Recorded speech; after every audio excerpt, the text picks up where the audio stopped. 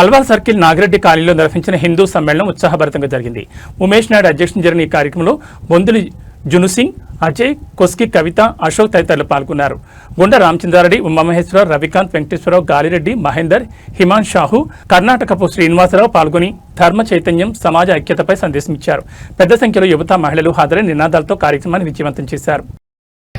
మళ్ళీ హిందూ సమ్మేళనం నుంచి కృతజ్ఞతలు తెలుపుచున్నాం. హిందూ సమ్మేళన సమితి నుంచి సాదరంగా కృతజ్ఞతలు తెలుపుచున్నాము. అందరూ గట్టిగా చప్పట్లు కొట్ట. గానాన్ని అద్భుతంగా ప్రదానం జరుగుతుంది. అందరూ గట్టిగా చప్పట్లు కొట్టండి. మొమెంటో బహుకరించడం జరుగుతుంది. కోరుచున్నాము చిన్నారి రావిశ్రీ చిన్నారులిద్దరికి మొమెంటో బహుకరించవలసిందిగా కోరు. ప్రదర్శనకు గాను రాజశ్రీ సాయికి రవికాంత్ గారు, ఉమామహేశ్వర్ గారు గట్టిగా చప్పట్లు కొట్టవలసిందిగా మనవి. ఉమేష్ నాయుడు గారు మొమెంటోను బహుకరిస్తున్నారు.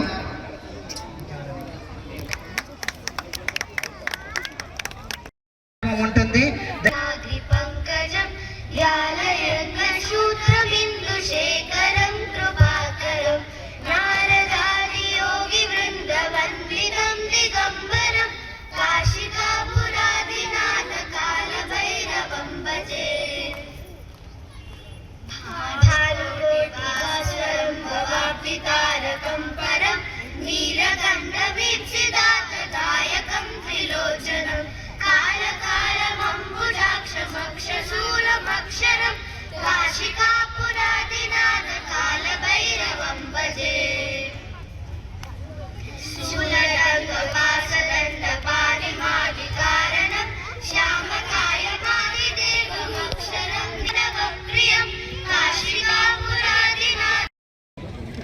ఈరోజు హిందూ సమ్మేళన చాలా గణనీయంగా జరిగింది.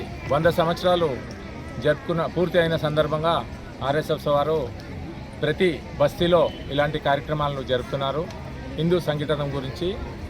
సో మా కమిటీ మెంబర్స్ అందరూ కూడా చాలా శ్రమించి ఈ కార్యక్రమాన్ని జయప్రదం చేశారు. ఇట్లు మా కమిటీ మెంబర్స్కి అందరికీ కూడా, అట్లాగే మా పిలుపు మేరకి వచ్చినటువంటి ఈ మొత్తం కాలనీ వాళ్ళందరికీ కూడా మేము పేరు పేరున కృతజ్ఞతలు తెలుపుతున్నాం. యుద్ధం జరిగినా మనం ధర్మం వైపే ఉన్నాము. ధర్మాన్ని కాపాడే ధర్మం ఎక్కడ ఆ పక్కన ఉన్న వాళ్ళందరూ నా వాళ్ళు. మాతాజీ చెప్పారు కదా, సనాతన ధర్మం, దాన్ని కాపాడుకోవడం గనక మనం మొదలు పెడితే, టీసీఎస్లో చాలా మంది అమ్మాయిలు ఉన్నారు, యువత ఉన్నారు, వాళ్ళని మనం కాపాడుకోవాలి. లేకపోతే రాబోయే తరంలో ఆడపిల్లలు దొరకరు. అమ్మ, ఇక్కడ ఎవరైతే యువకులు ఉన్నారో వాళ్ళు మన తల్లుల్ని, మన అమ్మల్ని, మన అమ్మాయిల్ని కాపాడుకోవాల్సిన బాధ్యత మన మీదే ఉంది, మీ మీదే ఉంది. కాపాడుకుందాము. చదువుతో పాటు వారు గరికపాటి నరసింహారావు గారు ఒక మాట అన్నారు. ఈ మధ్య చాలా చోట్ల ఏంటవి counselling centres, personality development centres. మా చిన్నప్పుడు లేవండి. చాలా మంది ఇక్కడ ఉన్న వాళ్ళ దగ్గర అప్పుడు కూడా లేవు.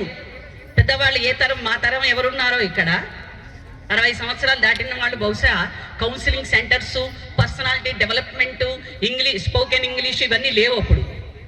ఎందుకని లేవు? ఇవన్నీ కుటుంబంలో నేర్పించారు, విద్యాలయాల్లో నేర్పించారు.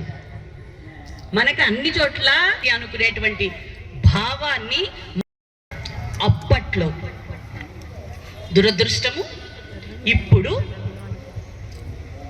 తల్లిదండ్రులు కూడా తప్పు ఉంది. ఇప్పటి పిల్లవాడికి కేవలం చదువు 99 మార్క్సే ఎందుకు వచ్చాయిరా నీకు, 100 ఎందుకు రాలేదు అనే చాలా మంది తల్లిదండ్రులు ఉన్నారు. ముఖ్యంగా అమ్మ. పక్క వాళ్ళతో మన పిల్లవాడిని పోల్చొద్దమ్మా. ఎవరి స్కిల్ వాళ్ళకు ఉంటుంది, అదేంటో మనం గుర్తిద్దాం. వివేకానంద స్వామి చెప్పింది అదే. విద్య అంటే లోపల ఉన్నటువంటి నైపుణ్యం ఏదో దాన్ని బయటకు తీసుకురావటమే విద్య. దాన్ని అభివృద్ధి చేద్దాము. న్యూ ఎడ్యుకేషన్ పాలసీ కూడా అదే చెప్తోంది. ఇప్పుడు బట్టి పట్టడం, 10 క్వశ్చన్స్ బై హార్ట్ చేయడం, 90 అవుట్ ఆఫ్ 100 రావడం, మాకు ఒకటో ర్యాంకు చెప్పుకోవడం, ఇది కాదు మన విద్య. దీని నుంచి ముందు మళ్ళీ వెనక్కి వెళ్దాం. మనం విద్య అనేది జ్ఞానాన్ని ఇవ్వటానికి మాత్రమే. వాడు కనుక ఒక్కసారి పిల్లలు జ్ఞానాన్ని సంపాదిస్తే వాళ్ళని అడవిలో పడేసినా కూడా బతుకుతారు. సీతమ్మ ఎలా వెళ్ళింది మరి? వివాహం కాకముందు ఆమె అడవుల్లో వెళ్ళడం, ప్రయాణం చేయడం ఒక అలవాటు ఉందా? లేదు కదా.